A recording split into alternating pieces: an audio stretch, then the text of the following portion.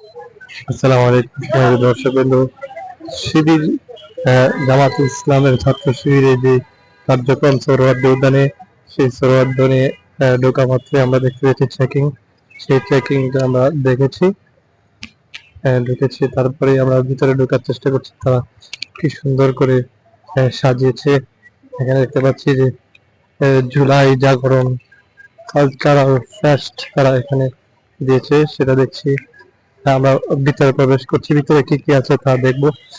প্রবেশ করছি, এখানে দেখতে পাচ্ছি সুন্দর করে কুটা নামে বিভিন্ন ধরনের আহ, ছবি, আগস্টের, জুলাই আগস্টের সেই ছবিগুলো এখানে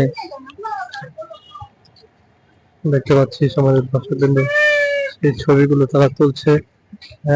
এখানে সংরক্ষণ করা হয়েছে জুলাই আগস্টের যে নির্মমতা, সেখানে তারা ফুটে তুলেছে। আমরা দেখছি এখানে পাশাপাশি যে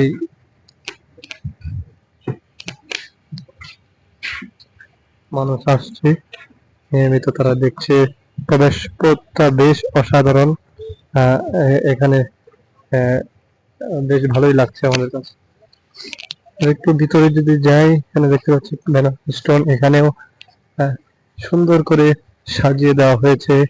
এখানে দেখতে পাচ্ছি যে গেটের আকারেই পুরো সোহরাওয়ার্দী উদ্যানে মনে হয় এরকম করা হয়েছে। সময় দর্শকবৃন্দ আপনাদেরকে দেখাবো, সাথে থাকুন, দেখতে থাকুন। সরকারি ডাবল ওয়ান কালো কাপড় দিয়ে এক সাইডে একটু গেট করা হয়েছে।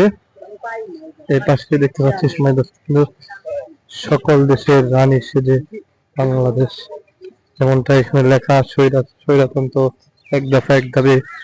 এখানে বিশাল আকারে ব্যানার টানিয়ে দেওয়া হয়েছে। যেমন দর্শক বিন্দু, আমি যতই ভিতরে ঢুকছি ততই মুগ্ধ হচ্ছি। অনেকেই শিবিরের উপর ট্যাগ দেয় যে মহিলারা আসে না। আমরা দেখছি যে এখানে মহিলারা পর্যন্ত তারা আসছেন এখানে দেখতে। বেশ অসাধারণ সুন্দর করেছে এখানে।